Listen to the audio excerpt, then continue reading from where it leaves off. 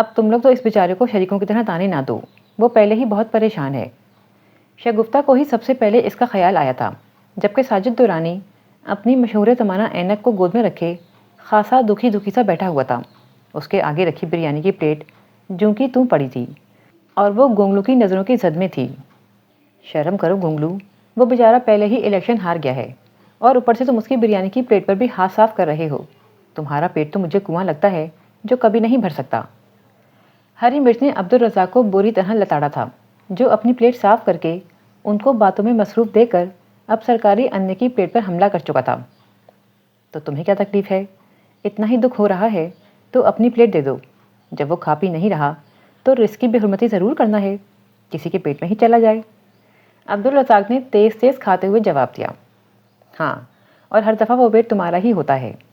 ہری مرچ نے طنزیہ نظروں سے اسے دیکھا، جس کی نظریں اب رتک روشن کی ٹھنڈی بوتل پر تھیں اور وہ اب پھر موقع کی تاک میں تھا۔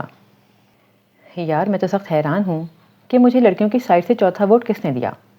ساجد نے کچھ بے چین ہو کر پوچھا۔ بظاہر اس کا لہجہ خاصا افسردہ، لیکن انداز سے تجسس اور خوشی صاف آیا تھی۔ ہاں یار، یہ تو سوچنے کی بات ہے۔ وہ سب بری طرح چونکے۔ گونگلو نے بھی کھانا چھوڑ دیا تھا۔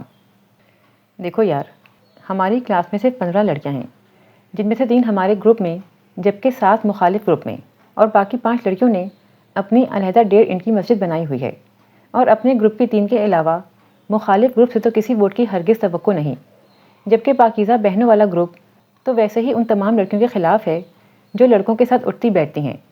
پھر آخر سرکاری انے کو چوتھا ووٹ کس نے دیا؟ جیدے فلاسفر نے اپنی اینک اتارتے ہوئے خاصے الجھن آمیز لہجے میں پوچھا۔ ہاں یار، بات تو واقعی سوچنے والی ہے۔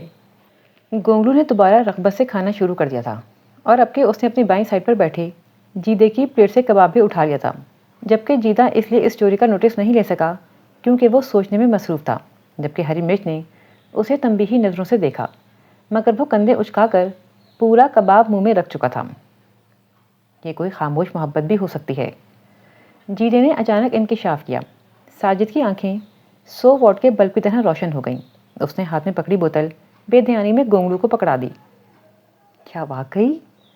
ساجد بے چینی سے ہاتھ مسلتے ہوئے بولا تھا۔ اس کے چہرے پر تجسس کے سارے رنگ تھے۔ یہ کسی کی غلطی بھی ہو سکتی ہے، طوبا نے جتانے والے انداز میں کہا۔ تم کبھی ڈھنگ کی بات نہ کرنا۔ ساجد کو طوبا کا تجزیہ ہرگز پسند نہیں آیا تھا۔ کہیں میمونہ ہاشمی نے تو اسے ووٹ نہیں دیا؟ وہ پچھلے کئی دنوں سے ہمارے سرکاری انے کو بڑی میٹھی میٹھی نظروں سے دیکھ رہی ہے۔ رزق روشن نے ایک نیا انکشاف کیا۔ دفعہ دور، وہی میرے لیے رہ گئی ہے۔ وہ تو اس نے مجھ سے ریسرچ کے 1-2 لیکچر مانگے تھے اور میں نے وہ اس کو دے دیے تھے، اس لیے اس کے غرق چہرے پر نرمی کے آثار ہیں، ورنہ یہی میمونہ ہاشمی ہے جس کے ساتھ ٹکرانے کی وجہ سے پوری کلاس نے مجھے سرکاری انے کا ٹائٹل دے دیا تھا۔ ساجد نے برا مان کر جواب دیا۔ جناب، یہ ٹائٹل تمہیں صرف میمونہ سے ٹکرانے پر نہیں، بلکہ اس کے بعد نورین اور پھر میڈم امارہ سے ٹکرانے کے بعد ملا تھا۔ گونگلو نے اس کی بوتل کا آخری گھونٹ بھی پیتے ہوئے یاد دلایا۔ بکواس بند کرو، بہت کمینے ہو تم، میری ساری بوتل ٹکار گئے۔ ساجد کو اچانک احساس ہوا، اور میرا کباب کہاں ہے؟ جیدے کو بھی اچانک خیال آیا۔ میری بریانی؟ ساجد چلایا۔ سب کچھ اس موٹے جنگلی کے پیٹ میں ہے جو عنقریب پھٹ جائے گا، ہری مرچ نے جل کر کہا۔ جلنے والے کا منہ کالا۔ گونگلو نے کہا لگا کر اسے مزید چڑھایا۔ چلو جی، دنگل ایک دفعہ پھر شروع، طوبا نے بدمزہ لہجے میں کہا۔ یار میرا مسئلہ تو حل کرو، آخر مجھے چوتھا ووٹ کس نے دیا؟ سرکاری انا ان کی لڑائی پر جھنجھلا کر بولا تھا۔ لعنت بھیجو چوتھے ووٹ پر، تم کون سا اس ووٹ کی وجہ سے جیت گئے ہو؟ رتک روشن نے چڑھ کر جواب دیا۔ وہ بھی ہری مرچ اور گونگلو کی لڑائی کی وجہ سے سخت بیزار ہو رہا تھا۔ اس دن وہ سب پریویس کی ڈیٹ شیٹ دیکھ کر بنانے والے کو بلند آواز میں لون میں بیٹھے کوس رہے تھے، جس نے ریسرچ کے پیپر میں صرف ایک چھٹی دی تھی۔ مجھے معلوم تھا کہ سرکازمی اپنا ساڑا کہیں نہ کہیں تو ضرور نکالیں گے۔ رتک روشن کو ڈیٹ شیٹ کے پیچھے سراسر سرکازمی کا انتقامی رویہ نظر آ رہا تھا۔ نہیں یار، میڈم امارہ نے یقیناً کوئی دشمنی نکالی ہے۔ جیدے نے فوراً اپنا خیال ظاہر کیا۔ جبکہ میرا خیال ہے کہ سر تنویر کا ہاتھ ہے اس میں۔ یاد نہیں کہ کرکٹ کے میچ میں جب وہ پریویس کے ہاتھوں پہلی بال پر آؤٹ ہو گئے تھے تب کتنی دھمکیاں دے رہے تھے۔ سرکاری انے کو یاد آیا۔ ہاں کہہ تو تم ٹھیک رہے ہو، لیکن یہ گونگلو کو کیا ہوا ہے؟ یہ کیسے فٹ بال کی طرح لڑکتا ہوا بھاگا آ رہا ہے؟ ہرم مرچ نے سب کی توجہ سیڑھیوں کی طرف دلائی، جہاں گونگلو سرخ چہرے کے ساتھ انتہائی جوش و خروش سے بھاگا آ رہا تھا۔ اللہ خیر کرے، یوں لگ رہا ہے جیسے پوری بلڈنگ میں زلزلہ آ گیا ہو۔ طوبا ناگواری سے بولی تھی، مجھے لگتا ہے کہ عبدالرزاق کے پاس کوئی بمباسٹک نیوز ہے، اس کی یہ حالت اسی وقت ہوتی ہے۔ شگفتہ بانو نے سنجیدگی سے کہا، ویسے بھی وہ ان کے گروپ کی واحد ممبر تھی جو سب کو ان کے اصل ناموں سے پکارتی تھی۔ ہرم مرچ نے نوٹس بنانے بند کر دیے اور ناگواری سے سامنے گھاس پر گرے گونگلو کو دیکھا، جس کا ایک ہاتھ فضا میں بلند تھا اور اس ہاتھ میں سنہرا جھلملاتا ہوا کوئی کارڈ تھا۔ اوے عدنان سمیع، یہ تیرے ہاتھ میں کیا ہے جسے تبرک کی طرح تو نے اٹھا رکھا ہے؟ جیدے فلاسفر نے اونچی آواز میں پوچھا۔ میرے ہاتھ میں ایٹم بم ہے، خبردار کوئی پاس نہ آئے، گونگلو نے اپنا سانس بحال کرتے ہوئے انکشاف کیا۔ ارے ڈرامے بند کر چارلی چیپلن کی اولاد، اور اپنا پیٹ ہولہ کر ورنہ پھٹ جائے گا، ساجد نے ہنستے ہوئے اسے چڑھایا۔ بیٹا جی، جو خبر میرے پاس ہے اس کو سن کر تم سب کے دماغ کے فیوز اڑ جائیں گے۔ گونگلو نے ان کے تجسس کو مزید ابھارا۔ کیوں؟ فاطمہ بھٹو نے لاڑکانہ میں تمہیں الیکشن جتوانے کا اعلان تو نہیں کر دیا؟ رتک روشن کی تنزیہ نظروں پر گونگلو نے ہاتھ میں پکڑا کارڈ لہرایا۔ کم بخت، اسے دیکھ کر تم سب کی آنکھیں پھٹی کی پھٹی رہ جائیں گی۔ کہیں پرائم منسٹر ہاؤس والوں نے باورچی کی خدمات کے لیے تو تجھے کال نہیں کر لیا؟ ساجد نے اسے ایک دفعہ پھر چڑھایا۔ یہ تو بہت معمولی خبریں ہیں، شریکوں نے ایک دفعہ پھر میدان مار لیا کم بختوں، اور تم میں سے کوئی بھی کام کا نہیں، سارے کے سارے ایک نمبر کے چوخد ہو۔ گونگلو کے طنزیہ لہجے پر وہ سب چونک گئے۔ اب منہ سے کچھ پھوٹو گے بھی کہ نہیں؟ ہری مرچ کا پارا ہائی ہو گیا۔ کن کھجورا ایک دفعہ پھر بازی جیت گیا، ہم سب کے لیے ڈوب مرنے کا مقام ہے۔ گونگلو کی ادھوری بات پر سب نے کھا جانے والی نظر سے اسے دیکھا۔ آخر ہوا کیا ہے؟ مدر ٹریسا نے اطمینان بھرے لہجے میں پوچھا تو گونگلو کے چہرے پر ایک چڑھا دینے والی مسکراہٹ نمودار ہوئی۔ تم سب ایک نمبر کے نکمے رہے اور وہ کن کھجورا میدان مار گیا۔ گونگلو نے پھر دہائی دی تو رتک روشن نے بے ارادہ اٹھ کر اس کی موٹی گردن پکڑ لی۔ کن کھجورا تو بعد میں میدان مارے گا، البتہ گونگلو تو آج میرے ہاتھوں مارا جائے گا۔ نعیم کے خطرناک ارادے دیکھ کر گونگلو فوراً بولا، اوے ٹارزن کی اولاد، میری گردن چھوڑ، یہ دیکھ کن کھجورے کی شادی کا کارڈ۔ کیا؟ مظہر بھٹی کی شادی؟ مدر ٹریسا کے منہ سے بے اختیار نکلا۔ کس کے ساتھ؟ وہ سب اکٹھے بولے تھے۔ فائنل ایئر کی مس ایشوریہ رائے یعنی مائرہ صدیق کے ساتھ۔ کیا؟ سب کو باجماعت شوق لگا تھا۔ ہری مرچ اپنے نوٹس چھپانا بھول گئی، جبکہ طوبا کا منہ کھلے کا کھلا رہ گیا، اور جیدے فلاسفر کے پاس بیٹھی ہوئی موٹی تازی بلی ساتھ بڑی پلیٹ سے چکن پیس اٹھا کر بھاگ گئی۔ لان میں چاروں طرف ان کی کتابیں اور نوٹس بکھرے ہوئے تھے، اور وہ سب اب شدید شوق میں ایک دوسرے کا چہرہ دیکھ رہے تھے۔ ہے نا شاکنگ نیوز؟ گونگلو نے فخریہ انداز سے سب کی طرف دیکھا۔ لو، یہ کیسے ہو سکتا ہے؟ اس ایشوریہ رائے، میرا مطلب ہے مائرہ کا قد 5 فٹ 7 انچ اور کن کھجورا بمشکل 5 فٹ 6 انچ کا ہوگا۔ طوبا نے اعتراض کیا۔ طوبا، تمہاری عقل دیکھ کر بس توبہ توبہ کرنے کو دل کرتا ہے۔ بھائی کس کتاب میں لکھا ہے کہ اپنے سے 1 انچ بڑی لڑکی سے شادی نہیں ہو سکتی؟ گونگلو نے اسے چڑھایا۔ یہ تو واقعی حیرت انگیز خبر ہے، اور کیا کن کھجورے نے یہ کارڈ ہمارے گروپ کے لیے دیا ہے؟ جیدے فلاسفر نے ناک سے مکھی اڑاتے ہوئے پوچھا۔ جی نہیں جناب، یہ کارڈ تو اس بھٹی منحوس نے پاکیزہ بہنوں کے گروپ کو دیا ہے، اور ساری کلاس انوائٹڈ ہے سوائے ہمارے۔ کیا؟ بھٹی کا دماغ ٹھیک ہے؟ پہلے فائنل ایئر کی لڑکی سے ہماری ناک کے نیچے ایک لڑایا، اور لڑکی بھی اتنی لمبی جسے سر اٹھا کر دیکھنا پڑتا ہے، اوپر سے ہمارے موسس گروپ کو شادی میں انوائٹ ہی نہیں کیا۔ لگتا ہے بھٹی آداب دشمنی سے ناواقف ہے۔ ساجد کو سخت غصہ آ رہا تھا۔ تو تم بھی اپنی شادی پر اسے نہ بلانا۔ طوبا نے جھٹ مشورہ دیا۔ اس سے شادی کرے گا کون؟ گونگلو نے مذاق اڑایا۔ بکواس بند کر، ہمارا خاندان تو لڑکیوں سے بھرا پڑا ہے، تو اپنی فکر کر، موٹے عدنان سمیع۔ ساجد بری طرح چڑھ گیا تھا۔ ہاں، خاندان کی بیچاری مظلوم لڑکیاں ہی ایسے نمونوں کے لیے قربانی دیتی ہیں۔ گونگلو نے شادی کے کارڈ سے ہوا جھلتے ہوئے اسے مزید چڑھایا۔ تم میری فکر چھوڑو اور یہ سوچو کہ 15 دن بعد ہونے والے امتحان میں تمہیں پاس کیسے ہونا ہے۔ کیونکہ شائستہ نے اس دفعہ پہلے ہی اعلان کر دیا ہے کہ وہ اپنے نوٹ کسی کو نہیں دے گی۔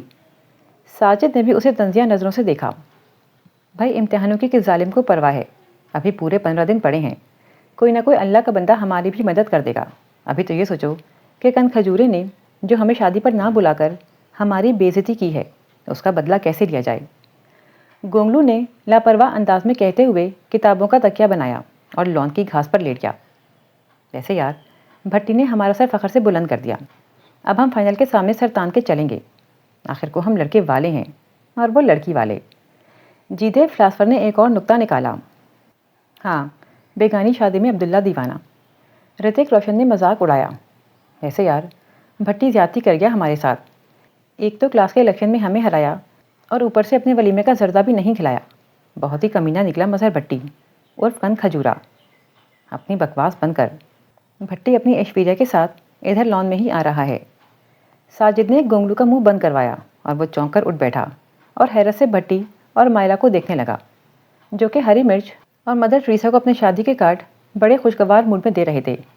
مائلہ کا نام اس کے لمبے قد اور دبلے پتلے جسم کی وجہ سے پریویس نے ایشوریا رائے رکھا ہوا تھا، اور پھر سارے گروپ کو انفرادی طور پر شادی کے کارڈ دے کر وہ دونوں گئے تو پورا گروپ بھٹی اور ایشوریا رائے کی اعلیٰ ظرفی کے گن گانے لگا۔ چن چن کے بھٹی کی خوبیاں یاد کی گئیں اور اس خوشی میں گونگلو نے سب کو سموسے کھلائے، کیونکہ ولیمے کے کھانے کا سوچ کر وہ ابھی سے خوش ہو رہا تھا۔ میری سمجھ میں نہیں آتا کہ سب ہری پیلی نیلی کالی لڑکیوں کی دھڑ دھڑ منگنیاں ہوتی جا رہی ہیں اور ہمیں کوئی پوچھتا ہی نہیں، لگتا ہے لوگ اندھے ہو گئے ہیں۔ طوبا کو آج صبح سے بس ایک ہی غم کھائے جا رہا تھا کہ اگر میمونہ ہاشمی کی انگیجمنٹ ہو سکتی ہے تو اس کی کیوں نہیں، حالانکہ اس کا رنگ اچھا خاصا گورا اور قد بھی ٹھیک ٹھاک لمبا تھا۔ یار دفع کرو، یہ اللہ کے کام ہیں، جب وقت آئے گا ہو جائے گی۔ شگفتہ نے اسے تسلی دی۔ اس وقت وہ تینوں اکٹھی لائبریری میں تھیں۔ شائستہ دھڑا دھڑ نوٹس بنا رہی تھی، جبکہ لڑکے آج فٹ بال کا میچ کھیلنے گراؤنڈ میں گئے ہوئے تھے۔ پتہ نہیں کب وقت آئے گا، بلکہ مجھے تو لگتا ہے کہ آ کر گزر بھی گیا۔ اتنا شوق تھا کہ میں بھی ڈپارٹمنٹ میں شرماتے شرماتے مٹھائی لے کر آؤں، مگر مجھے لگتا ہے کہ یہ حسرت ہی رہے گی۔ طوبا کا دکھ کسی طور کم نہیں ہو رہا تھا۔ اللہ خیر رکھے، کیوں اتنی مایوس ہو رہی ہو؟ شگفتہ نے پرخلوص لہجے میں اس کا ہاتھ پکڑا اور اپنی پرکشش چہرے والی دوست کو غور سے دیکھا۔ قسم سے مجھے میمونہ ہاشمی پر صبح سے غصہ آ رہا ہے۔ بہت اترا کے پوری کلاس کی لڑکیوں کو اپنی منگنی کا قصہ سنا رہی تھی، حالانکہ اس کا ہیرو تصویروں میں اچھا خاصا لگ رہا ہے۔ پتہ نہیں اسے اس مغرور لیلا میں کیا نظر آ گیا۔ طوبا کے لہجے میں دکھ سا اتر آیا تھا۔ بہت بری بات طوبا، ایسے نہیں کہتے۔ شگفتہ کے منہ سے بے اختیار نکلا۔ اور کیا یار، اوپر سے اللہ نے قد کے معاملے میں بھی خود کفیل کر دیا۔ اب بتاؤ کہ لڑکیوں کا بھلا 5 فٹ 6 انچ قد اچھا لگتا ہے کیا؟ طوبا پر آج قنوطیت کا دورہ پڑا ہوا تھا۔ فضول باتیں بند کرو اور آرام سے پبلک ریلیشن کے نوٹس بناؤ، دماغ ایک دم سیٹ ہو جائے گا۔ شائستہ نے تیزی سے قلم چلاتے ہوئے خلاف معمول نرم لہجے میں مشورہ دیا، جو طوبا کو ہرگز پسند نہیں آیا تھا۔ تبھی وہ تڑق کر بولی تھی، محترمہ شائستہ صاحبہ، ان کتابوں اور نوٹس کی دنیا سے نکل آئیے۔ ماس کمیونیکیشن میں ماسٹرز کرنے کے بعد کوئی آپ کو تمغہ نہیں مل جائے گا۔ ہم لڑکیوں کی زندگی کا واحد کام ہانڈی چولہا کر کے بچے پالنا ہے، اور سب سے مشکل کام شادی کرنا ہے، جسے ہمارے معاشرے کے لوگوں نے سخت مشکل بنا دیا ہے۔ یہ ایم اے کی ڈگری تو مل ہی جائے گی، مجھے اس کے بعد کے سالوں کی فکر ہے جب لڑکوں کی مائیں ہمیں اوور ایج کا میڈل پہنا کر ریجیکٹ کر دیا کریں گی۔ اور تم بھی خود کو بدلو، یہ موٹا چشمہ اتار کر لینس لگواؤ، اپنے اسکن کی طرف توجہ دو، اور یہ رضائیوں والے پرنٹ پہننا چھوڑ دو۔ آج کل پڑھاکو فلاسفر ٹائپ لڑکیوں کا کوئی اسکوپ نہیں۔ ایسا نہ ہو کہ تمہاری والدہ کو بھی میری والدہ کی طرح اپنی جوان ہوتی بیٹیوں کو دیکھ کر ڈپریشن ہونے لگے۔ طوبا کے تلخ لہجے پر شائستہ کے چہرے کی رنگت ایک دم پھیکی ہوئی تھی۔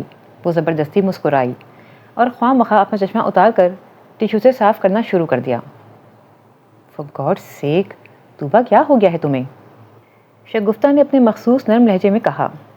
دماغ خراب ہو گیا ہے میرا، کیمپس سے گھر جاؤں تو میری ماں کے ڈپریشن میں کہے گئے جملے مجھے ساری رات سونے نہیں دیتے۔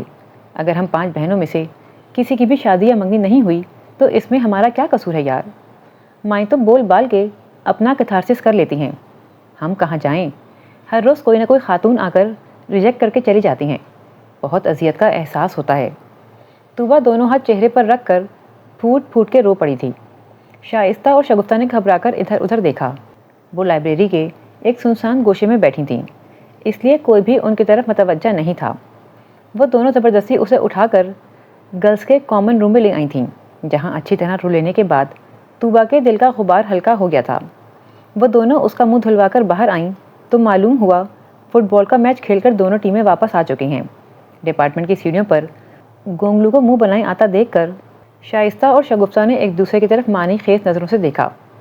گونگلو کے پیچھے رتک روشن اور سرکاری انا تھے، اور سب سے پیچھے فلاسفر فائنل ایئر کے کسی لڑکے سے بحث کرتا ہوا آ رہا تھا۔ خدا کے واسطے عبدالرزاق، آج یہ مت کہنا کہ ہم لوگ پھر ہار گئے، شگفتہ نے خوشگوار لہجے میں اسے دیکھتے ہی چھیڑا۔ جی نہیں، آج فائنل ایئر ہماری وجہ سے جیت گئی، گونگلو نے ڈٹائی سے اطلاع دی۔ ویسے اب تو ڈوب کے مر جانے کا مقام ہے، ہری مرچ نے طنز کیا۔ بسم اللہ کرو، تمہارے لیے تو چلو بھر ہی کافی ہوگا، گونگلو نے جواباً وار کیا۔ اوئے، یہ اس کو کیا ہوا؟ رتک روشن نے تندی سے پوچھا۔ تم لوگوں کی ہار کی اطلاع اس سے برداشت نہیں ہوئی، جب سے اطلاع ملی ہے تب سے محترمہ رو رہی ہیں۔ ہری مرچ کے شرارتی لہجے کو رتک روشن نہیں سمجھ سکا تھا۔ پاگل ہو گئی ہو کیا؟ کھیل میں ہار جیت تو ہوتی رہتی ہے، اس میں رونے سے کیا حاصل؟ قسم سے طوبیٰ، تم واقعی بہت اسٹوپڈ لڑکی ہو، دیکھ لینا اگلی دفعہ ہم پوری محنت سے کھیلیں گے اور پھر ہاریں گے۔ گونگلو نے بے ساختہ بات کاٹی تو طوبیٰ اس کی بات پر کھلکھلا کر ہنس پڑی۔ اس کی سرخ روئی روئی آنکھوں میں نمودار ہونے والی چمک نے اس کے چہرے کی دلکشی کو ایک دم بڑھا دیا تھا۔ رتک روشن نے بڑی خوشگوار حیرت سے اپنے سامنے میرون کلر کے سوٹ میں کھڑی طوبیٰ کو دیکھا، جو اس سمے اسے بہت ہی اپنی اپنی سی لگی تھی۔ آؤ طوبیٰ، تمہیں اپنی ہار کی خوشی میں آئس کریم کھلا کر لاؤں۔ رتک روشن کے الفاظ اور لہجہ دونوں ہی معنی خیز تھے۔ ہری مرچ نے آنکھیں پھاڑ کر سامنے کھڑے نعیم کو دیکھا، جس کے چہرے پر بہت انوکھے اور خوبصورت رنگ تھے۔ ہاں ہاں طوبیٰ، جاؤ اور ہمارے لیے پیک کروا کے لے آنا۔ شگفتہ نے بھی شاید نعیم کی آنکھوں میں پھیلنے والی خوشگوار حیرت کو پڑھ لیا تھا۔ موسم ایک دم بدل گیا تھا، بادل تو صبح سے چھائے ہوئے تھے اور اب مہین مہین سی پھوہار برسنے لگی تھی۔ ٹھنڈی ٹھنڈی شفاف بوندوں نے ایک سکون آور کیف آگی سا احساس بیدار کر دیا تھا۔ آؤ مدر ٹریسا، ہم لوگ ہری مرچ والے پکوڑوں کا آرڈر دے کر آئیں، اس موسم میں پکوڑے کھانے کا اپنا ہی سواد ہے۔ گونگلو نے چٹخارا بھرا، جبکہ وہ دونوں سامنے روش پر چلتے طوبیٰ اور نعیم کو دیکھنے میں مصروف تھیں۔ کیا دیکھ رہی ہو؟ شگفتہ نے اس کا کندھا ہلا کر متوجہ کیا۔ یار، میں سوچ رہی ہوں کہ دونوں لمبے لمبے کتنے اچھے لگ رہے ہیں نا۔ شائستہ کے سرگوشی نما انداز پر گونگلو نے کھا جانے والی نظروں سے اسے دیکھا۔ غیبت کرنے والے کا انجام قرآن پاک اور حدیث میں پڑھ لینا۔ تمہیں کیا تکلیف ہے؟ میں تمہاری بات تھوڑی کر رہی ہوں، شائستہ نے چڑھ کر جواب دیا۔ دیکھ تو میری طرف ہی رہی تھیں، گونگلو نے بھی غصے سے جواب دیا۔ عبدالرزاق، شائستہ تمہارے متعلق بات نہیں کر رہی تھی، ہماری اپنی بات تھی۔ شگفتہ کے سلجھے ہوئے انداز پر عبدالرزاق کو کچھ اطمینان ہوا تھا، ورنہ وہ یہی سمجھا تھا کہ شائستہ نے اسی کے متعلق سرگوشی میں بات کی ہے۔ وہ لوگ پکوڑوں کا آرڈر دے کر آئے تو اچھی خاصی بارش شروع ہو چکی تھی۔ ساون کے ہریالے چھینٹے نے موسم خاصا دلربا بنا دیا تھا۔ سبزے کی مہک اور تراوٹ، فضاؤں کی تازگی اور دلکشی کو محسوس کرنے کے لیے کئی منزلیں کلاسز چھوڑ کر لان میں نکل آئے تھے۔ تراشیدہ گھاس پر موسم کے تغیرات سے بے نیاز اور بے پرواہ لڑکوں نے ایک طوفان مچا رکھا تھا۔ بارش خوب زور زور سے برس رہی تھی۔ آسمان سے ایک عظیم الشان صاف و شفاف پانی والی آبشار پوری قوت سے برس رہی تھی۔ اوفو، آج گھر کیسے پہنچیں گے؟ طوبیٰ نے خوفزدہ نظروں سے دھواں دھار گرجتے ہوئے بادلوں کو دیکھا، جہاں ہوائیں فراٹے بھر رہی تھیں۔ کوئی بات نہیں، آج میں اپنے ابا جی کی پھٹیچر گاڑی پر چھوڑ آؤں گا۔ رتک روشن یعنی نعیم کی مہربانیاں آج عروج پر تھیں، جبکہ گونگلو بارش کو بھلائے مکمل طور پر پکوڑوں کی پلیٹ کو صاف کرنے میں مصروف تھا۔ اگلے دن رات کو ہالیڈے ان میں مظہر بٹی اور مائرہ صدیق کا ولیمہ تھا، اور صبح کیمپس میں حاضری نہ ہونے کے برابر تھی، جس کی وجہ سے مسز کاظمی نے رات کو فنکشن میں آنے والے اسٹوڈنٹس کی وہیں باجماعت کلاس لی تھی، اور ہر کوئی منہ چھپاتا پھر رہا تھا۔ اوہ مائی گاڈ، یہ ہری مرچ ہے؟ جیدے فلاسفر کے منہ سے نکلنے والے حیرت انگیز فکرے نے سب کو چونکا دیا۔ امیزنگ، طوبیٰ کے منہ سے بے اختیار نکلا۔ واو، زبردست، نعیم نے بھی کھلے دل سے سراہا۔ بروسٹ کے ساتھ بھرپور انصاف کرتا عبدالرزاق حقیقتاً نوالا منہ میں ڈالنا بھول گیا تھا۔ ریڈ کلر کی چنڑی کے سوٹ میں اپنے گھنے سیاہ بال جو کہ کیمپس میں ہمیشہ تیل سے بھیگے رہتے تھے اس وقت شیمپو کر کے کھلے چھوڑے ہوئے تھے۔ سوٹ کے ساتھ ہم رنگ جیولری پہنے، لائٹ سے میک اپ اور بلو لینس میں ہری مرچ کسی طور پہچانی نہیں جا رہی تھی۔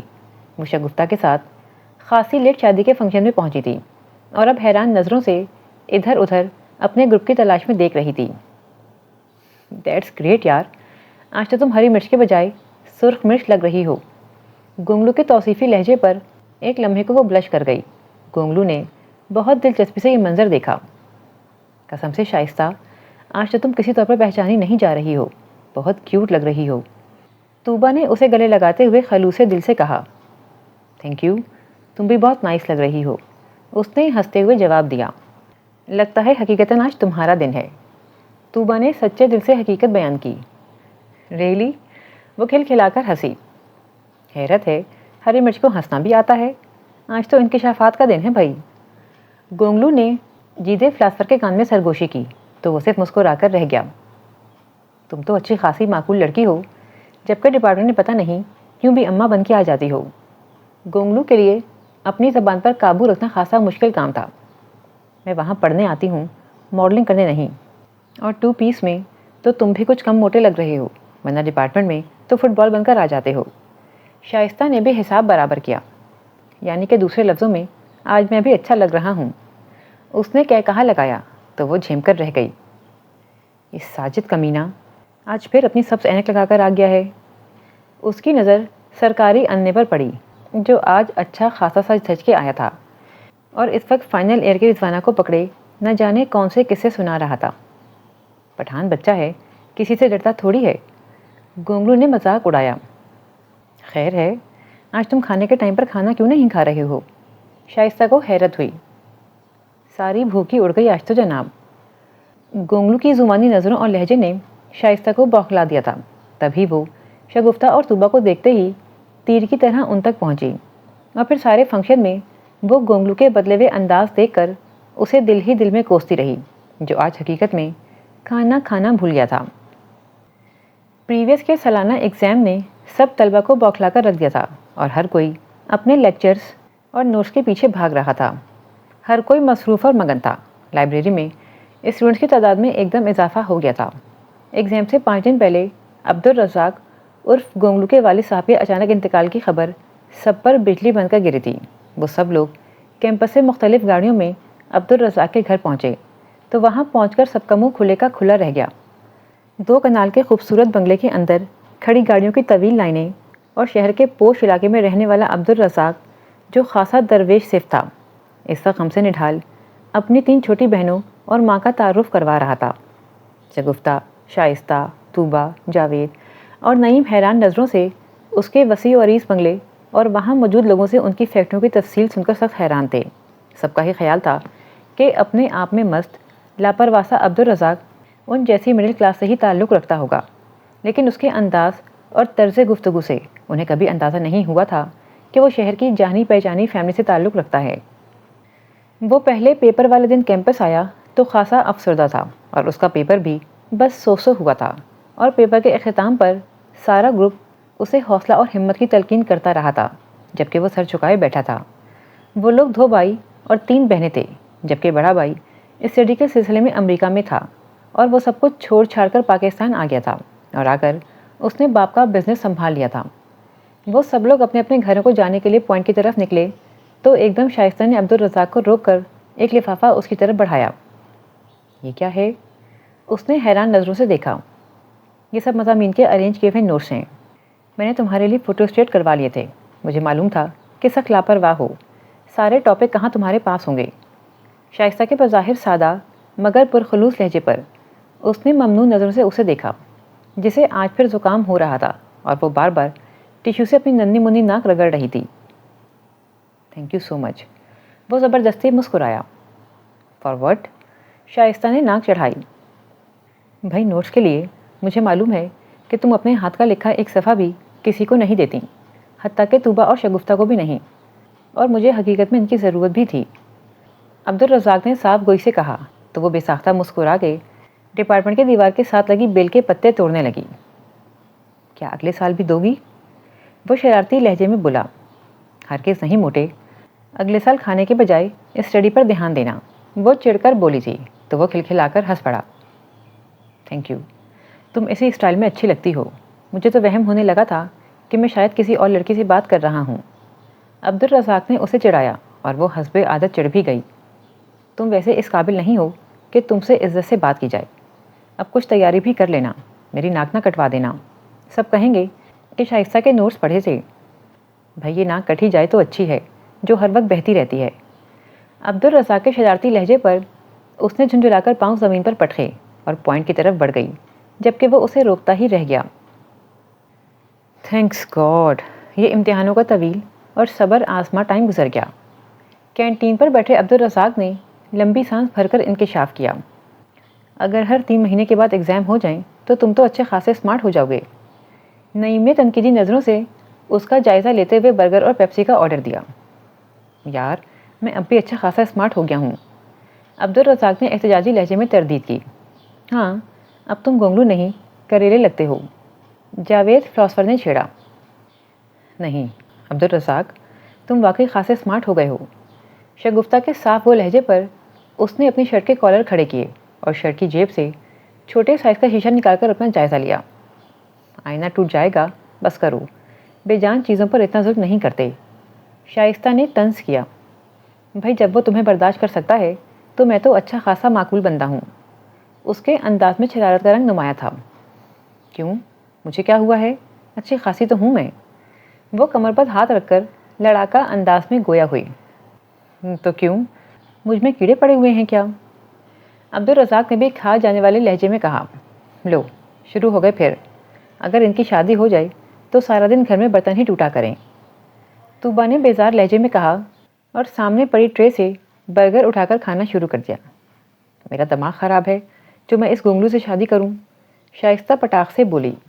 ہاں تو کیا میری آنکھیں خراب ہیں جو اس ہری مرچ سے شادی کروں؟ عبدالرزاق نے بھی تڑک کر جواب دیا۔ اور جاؤ جاؤ، خوش قسمت ہوگا جو میرا لائف پارٹنر بنے گا۔ کیوں، شادی کے بعد تم کیا گونگی ہو جاؤ گی؟ عبدالرزاق نے ناک سے مکھی اڑائی۔ نہیں، تم بہرے ہو جاؤ گے۔ اس نے غصے میں برگر اٹھا کر کھانا شروع کر دیا۔ یعنی کہ تم مجھ سے شادی کے لیے راضی ہو؟ عبدالرزاق نے دلچسپ نظروں سے اسے دیکھا۔ دفع ہو جاؤ، مجھے کوئی شوق نہیں ہے۔ لیکن مجھے تو ہے، وہ آہستہ سے بڑبڑایا، اور اس کی بڑبڑاہٹ سوائے شائستہ کے سبھی نے سنی تھی اور اپنی اپنی مسکراہٹیں چھپانے کے لیے گردنیں نیچی کر لیں۔ مجھے لگتا ہے کہ اس دفعہ پوزیشن بھی مخالف گروپ لے جائے گا۔ جیدے فلاسفر نے نیا شوشہ چھوڑا۔ تمہارے منہ میں خاک، کبھی اچھی بات بھی کر لیا کرو۔ ساجد کو اس پیشن گوئی پر غصہ ہی تو آ گیا تھا۔ یار سمپل سی بات ہے، ہمارے گروپ میں 7 لوگ، جبکہ ان لوگوں کا گروپ 13 لوگوں پر مشتمل ہے، اور ان میں سہیل گجر تو ہر وقت کتابوں میں سردیے رکھتا ہے، اور میڈم نے سارا سال سب سے زیادہ کتابیں ایشو کروائی ہیں۔ جیدے نے ماہرانہ تجزیہ پیش کیا۔ سہیل گجر پر تو مجھے شک ہے کہ وہ کتاب میں اپنی پینو منگیتا کی تصویر رکھ کر دیکھتا رہتا تھا، جبکہ میڈم بھی کوئی خاص اسٹوڈنٹ نہیں، ہر وقت اونٹ کی طرح گردن اٹھا کر دائیں بائیں دیکھتی رہتی ہے۔ یونیورسٹی میں ہونے والے ہر ثانیے پر سب سے پہلے پہنچنا گویا اس کا اخلاقی اور قانونی حق ہے۔ مجھے تو لگتا ہے کہ اس کے پیروں میں پہیے لگے ہوئے ہیں۔ نعیم نے بیزاری سے اپنی رائے کا اظہار کیا۔ نہیں یار، لڑکی وہ ذہین ہے، ایک دفعہ MBA ایگزیکٹو ہال کے سیمینار میں اسے بولتے سنا تھا، خاصا نالج تھا اس کے پاس۔ جیدے نے توصیفی لہجے میں کہا۔ ادھر ادھر سے چوری کر کے اکٹھا کر لیا ہوگا۔ نعیم کو یقین نہیں آیا تھا۔ بھائی چھوڑو اسے، یہ بتاؤ کہ رزلٹ کب تک آ رہا ہے؟ میرا رپورٹنگ کا پیپر اچھا نہیں ہوا، مجھے اس کی سخت ٹینشن ہے۔ شگفتہ نے بات ختم کرنے کے لیے توجہ دوسری جانب مبذول کروا دی۔ سنا تو یہی ہے کہ اگلے ہفتے آ رہا ہے۔ جیدے کے اطلاع پر شگفتہ کے چہرے کا رنگ اڑا تھا۔ میری تو یقیناً کوئی نہ کوئی سپلی ضرور ہوگی۔ عبدالرزاق کو بھی اپنی فکر پڑ گئی۔ اللہ بہتر کرے گا نالائکوں، شائستہ نے سب کو تسلی دی، خود اس کا دل بھی اندر سے ڈر رہا تھا۔ اگلے ہفتے 2 حیران کن خبریں پورے ڈپارٹمنٹ میں گردش کر رہی تھیں۔ پوری کلاس کی آنکھیں پھٹی کی پھٹی رہ گئیں۔ گونگلو نے ٹائس بجا بجا کر خوشی کا اظہار کیا تھا۔ سب کے چہروں پر بڑی خوشگوار حیرت تھی۔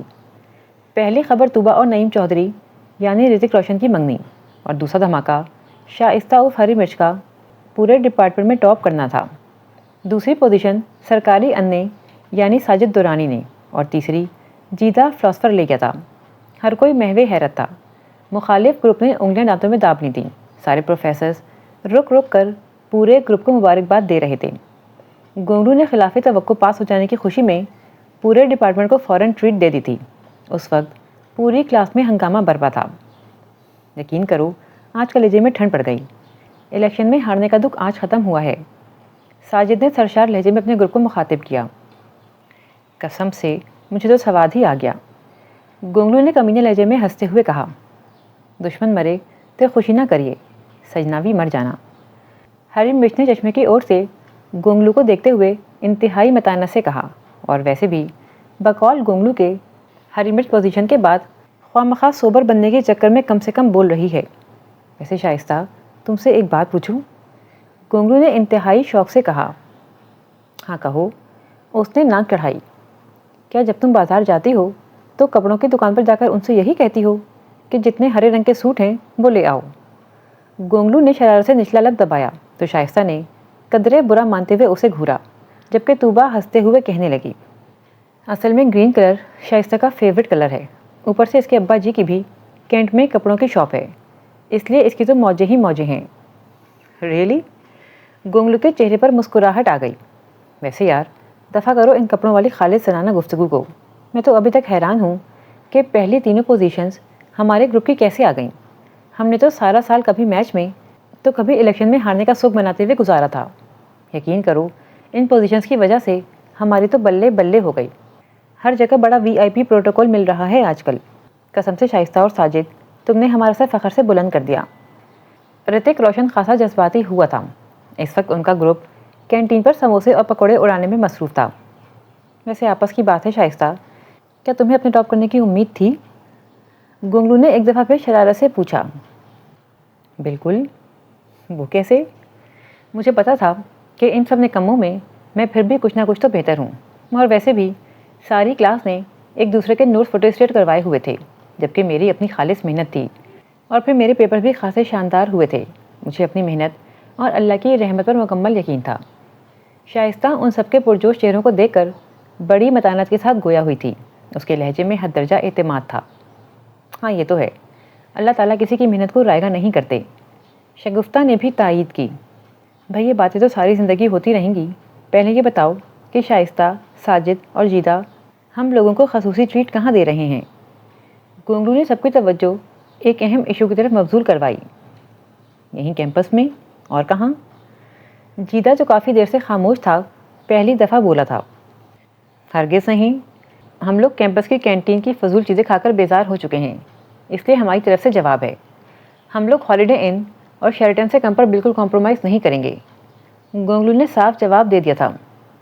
جناب ہمارے ابا جی کی تمہارے ابا جی کی طرح فیکٹریاں نہیں چل رہی، اس لیے ہماری اوقات کے مطابق بات کرو، سمجھے؟ جیدے نے مصنوعی غصے سے کہا۔ میں تمہاری اوقات سے بہت اچھی طرح واقف ہوں جیدے فلاسفر، زیادہ ٹرٹر کرنے کی ضرورت نہیں، تم 3 لوگ مل کر آسانی سے دے سکتے ہو، کوئی کمی بیشی ہوئی تو ہم چندہ اکٹھا کر لیں گے۔ گونگلو نے مسئلے کا حل چٹکی بجاتے ہی نکال لیا تھا۔ منحوس تو اس چندے سے اپنا ولیمہ کروا لینا، ابھی ہمارے حالات اتنے بھی ماڑے نہیں ہوئے کہ 2-4 لوگوں کو ٹھسوا نہ سکیں، اور یہ جو دونوں منگنی کروا کے اب معصوم بن کے بیٹھے ہیں یہ کسی کو نظر نہیں آ رہے، جنہوں نے تم سب کی ناک کے نیچے عشق لڑایا اور کانوں کان خبر بھی نہ ہونے دی، ان سے تو پہلے ٹریٹ لو۔ جیدے فلاسفر کی دوپوں کا رخ طوبہ اور نعیم کی طرف تھا، وہ دونوں ہڑبڑا کر سنبھل کے بیٹھ گئے۔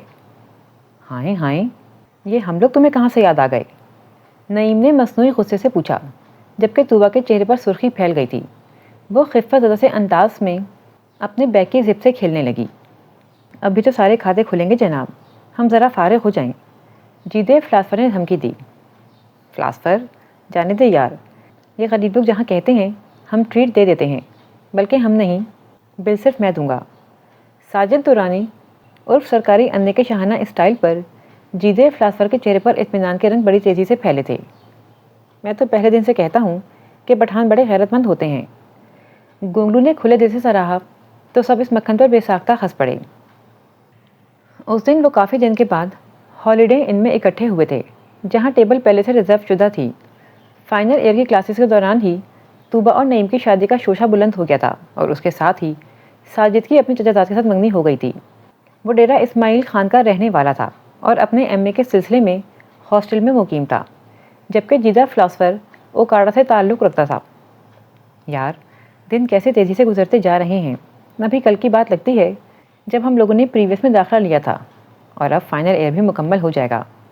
نعیم بہت سنجیدہ اور اداس لہجے میں کہہ رہا تھا۔ ہاں، وقت بہت ظالم ہے، کسی کا انتظار نہیں کرتا۔ یہ گزرے ہوئے دن بہت یاد آئیں گے۔ گونگلو کے چہرے پر بھی اداسی کے رنگ نمایاں تھے۔ میں تو ہائر اسٹڈیز کے لیے انگلینڈ چلا جاؤں گا اور آج سے کچھ سال بعد جب تم لوگ کبھی یونیورسٹی میں آؤ گے تو میں اسی ڈپارٹمنٹ میں لیکچر دے رہا ہوں گا۔ جیدہ فلاسفر نے اپنے ارادوں پہ روشنی ڈالی۔ اور میں تمہارے اسٹوڈنٹس کو تمہارے کرتوت بتاؤں گا۔ رتک روشن نے شرارتی لہجے میں دھمکی دی۔ اور میں تمہاری لمبی لمبی ٹانگیں انہیں اسٹوڈنٹ سے توڑواؤں گا۔ جیدہ فلاسفر نے بھی ہنستے ہوئے حساب برابر کیا۔ اور ہری مرچ، تمہارے کیا ارادے ہیں؟ گونگلو نے چکن رائس کی پہاڑی اپنی پلیٹ میں بناتے ہوئے سبز رنگ کے سوٹ میں چپ چپ سی شائستہ کو چھیڑا۔ پتہ نہیں، اس نے بے نیازی سے شانے اچکائے۔ اچھا؟ اس نے حیرت سے سنجیدہ سی شائستہ کو دیکھا۔ ویسے تم لوگوں نے غور نہیں کیا، یہ اپنی شائستہ نے جب سے پارٹ 1 میں ٹاپ کیا ہے تب سے یہ کچھ سنجیدہ اور سوبر سی ہو گئی ہے، اور اس نے اپنی زبان کا استعمال بھی خاصا کم کر دیا ہے۔ تمہیں آخر تکلیف کیا ہے؟ شائستہ نے چمچ اٹھا کر پلیٹ میں پٹخا اور خونخوار آنکھوں سے عبدالرزاق یعنی گونگلو کو دیکھا۔ تم آخر پہلے کی طرح بولتی کیوں نہیں ہو؟ وہ جھنجھلا کر بولا۔ آخر تمہیں مسئلہ کیا ہے؟ میں بولوں یا نہ بولوں؟ وہ ضد ہوئی۔ بھائی، یہ سب محبت کی علامات ہیں۔ پہلے تو مجھے صرف شک تھا اور اب یقین ہو گیا ہے کہ تمہارے ساتھ کوئی واردات ہو گئی ہے۔ گونگلو کے سنجیدہ لہجے پر سب نے غور سے شائستہ کی طرف دیکھا، جو اتنی ساری نظروں سے خائف ہو کر اب رشین سیلڈ اپنی پلیٹ میں ڈالنے لگی تھی۔ عبدالرزاق، کیوں تم اس بیچاری کو تنگ کر رہے ہو؟ شگفتہ نے اس کی سائڈ لی۔ یہ بیچاری نہیں، پوری گھنی ہے۔ وہ نہ جانے کیوں جھنجھلا رہا تھا۔ شگفتہ نے اس کے خوف زدہ چہرے کو غور سے دیکھا۔ وہ اس کی بے چینی کو سمجھنے سے قاصر تھی۔ نعیم نے بھی معنی خیز نظروں سے طوبہ کی طرف دیکھا اور آنکھوں ہی آنکھوں میں کوئی بات کی۔ اور تم سناؤ، تمہارے مستقبل کے کیا ارادے ہیں؟ نعیم کے زمانی لہجے پر عبدالرزاق بری طرح چونکا اور ٹیشو سے ہاتھ صاف کرتے ہوئے سنجیدگی سے کہا، بڑے بھیا واپس امریکہ جانے کے لیے پر تول رہے ہیں۔ ان کی امریکن بیوی نے وہاں شور مچا رکھا ہے، جبکہ اماں آج کل میری شادی کے لیے حد درجہ سنجیدہ ہیں۔ زور و شور سے لڑکی کی تلاش جاری ہے۔ اوہ! نعیم اور طوبہ نے فکر مندی سے شائستہ کی طرف دیکھا، جس کے حلق میں نوالا پھنس گیا تھا اور وہ بری طرح کھانس رہی تھی۔ دھیان سے یار۔ شگفتہ نے فوراً اس کی کمر کو سہلاتے ہوئے پانی کا گلاس بڑھایا، جسے گھونٹ گھونٹ پیتے ہوئے وہ خاصی سنبھل گئی تھی۔ عبدالرزاق نے بہت فکر مندی اور محویت سے اسے دیکھا، جس کی ناک سرخ ہو رہی تھی، اور اب وہ خفہ زدہ انداز سے پلیٹ کے اندر صرف چمچہ ہلا رہی تھی۔ بھائی، لڑکی تلاش کرنے کی کیا ضرورت ہے؟ بس دائیں بائیں سے کوئی بھی دیکھ لو۔ جاوید فلاسفر کے حد درجہ سنجیدہ انداز پر سب چونک گئے۔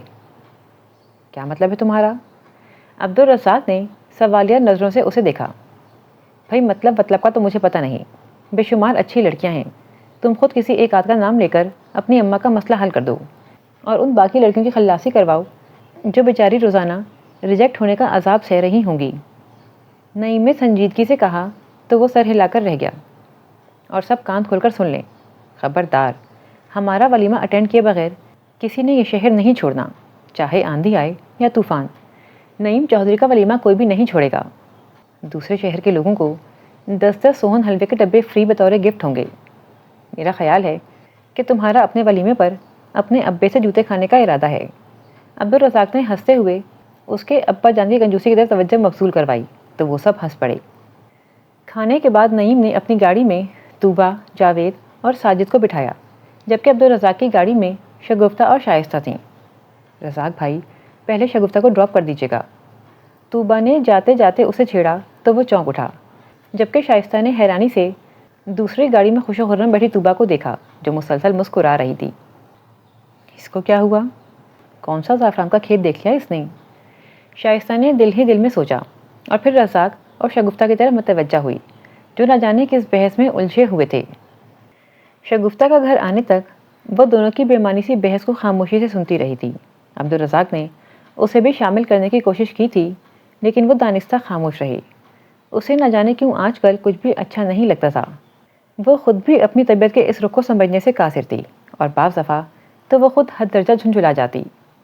بھائی کن سوچوں میں گم ہو، اگلی سیٹ پر آ جاؤ، میں تمہارا ڈرائیور تھوڑی ہوں۔ عبدالرزاق نے گاڑی ایک دم روک دی تھی۔ گاڑی رکی تو اس نے چونک کر دیکھا۔ شگفتہ نہ جانے کب اتر گئی تھی، اور وہ اپنے خیالوں میں اس قدر گم تھی کہ اسے اس کے اترنے کی بھی خبر نہیں ہوئی۔ ارے شگفتہ کہاں گئی؟ اگلی سیٹ کا دروازہ کھولتے ہوئے اس نے بوکھلاہٹ سے پوچھا۔ ماشاءاللہ۔ عبدالرزاق نے طنزیہ نظروں سے اسے دیکھا۔ بھائی شائستہ بطول، آج تو فیصلہ ہو کر رہے گا کہ آخر تمہارے حواسوں کو ہوا کیا ہے۔ شگفتہ بی بی آپ کے سامنے اپنے گھر کے گیٹ پر اتریں، بلکہ تمہیں بھی خدا حافظ کہا، اور تم پوچھ رہی ہو کہ آخر وہ گئی کہاں؟ تم یہ بتاؤ کہ تمہاری عقل کہاں گئی ہے؟ وہ آج اس کی طبیعت درست کرنے کے موڈ میں تھا۔ سوری، مجھے پتہ نہیں چلا۔ اس کے خفت زدہ لہجے پر عبدالرزاق نے بے ہوش ہونے کی ایکٹنگ کی۔ سوری، اور وہ بھی تمہارے منہ سے؟ او مائی گاڈ، تمہاری طبیعت تو ٹھیک ہے نا؟ عبدالرزاق کو سخت تعجب ہوا تھا۔ تمہارے ساتھ آخر مسئلہ کیا ہے؟ کیوں میرے پیچھے پڑ گئے ہو؟ میں نے کیا بگاڑا ہے تمہارا؟ وہ ایک دم جذباتی ہو کر پھٹ پڑی تھی۔ اگلے ہی لمحے وہ دونوں ہاتھ چہرے پر رکھے دھواں دار رو رہی تھی۔ عبدالرزاق کے ہاتھوں کے طوطے اڑ گئے۔ او بے وقوف لڑکی، یہ کیا فضول حرکت ہے؟ عبدالرزاق نے اسے کندھے سے پکڑ کر رخ اپنی طرف موڑا۔ بلیو می شائستہ، میں تو مذاق کر رہا تھا۔ وہ فوراً وضاحتیں دینے لگا۔ یقین کرو، تم مجھے ہمیشہ لڑتی جھگڑتی اور دو بدو جواب دیتی ہوئی اچھی لگتی ہو۔ یہ چپ چپ اور خاموشی شائستہ کو تو ہری مرچ کہنے کو بھی دل نہیں کرتا۔ اس کی بے چارگی میں دی گئی وضاحت کو سن کر شائستہ کے چہرے پر ایک دم مسکراہٹ دوڑ گئی۔ وہ رونا ختم کر چکی تھی اور خفگی آمیز نظروں سے اسے دیکھتے ہوئے بولی، تم بھی تو اتنے اسمارٹ ہو گئے ہو کہ گونگلو کہنے کو بھی دل نہیں کرتا۔ وہ کہا لگا کر ہنسا تھا اور پھر شرارت آمیز نظروں سے اسے دیکھتے ہوئے بولا، میری شادی کی خبر سن کر تمہارے گلے میں پھندا کیوں لگا تھا؟ کیا؟ وہ بلند آواز میں چیخی۔ منہ دھو کے رکھو اپنا، وہ تو میں نے چاول زیادہ منہ میں ڈال لیے تھے، ورنہ مجھے کیا مسئلہ ہے؟ اچھا، تمہیں کوئی مسئلہ نہیں تھا، پھر تم نے اپنے خفیہ نوٹس مجھے کیوں دیے؟ اس نے جھنجھلاہٹ سے کہا۔ اور اگر تمہیں کوئی مسئلہ نہیں ہے تو پھر ایگزامس کے دوران ہماری کلاس فیلو عافیہ کی امی کا بھی تو انتقال ہوا تھا، تم نے اسے اپنے نوٹس کیوں نہیں دیے؟ وہ بری طرح گڑبڑا گئی۔ ہاں نہ بتاؤ، اب بولتی کیوں چپ ہو گئی؟ وہ اسے زج کر رہا تھا۔ شٹ اپ، تم اس قابل نہیں تھے کہ تمہاری مدد کی جاتی، خواہ میری انسانی ہمدردی کو غلط رنگ دے رہے ہو۔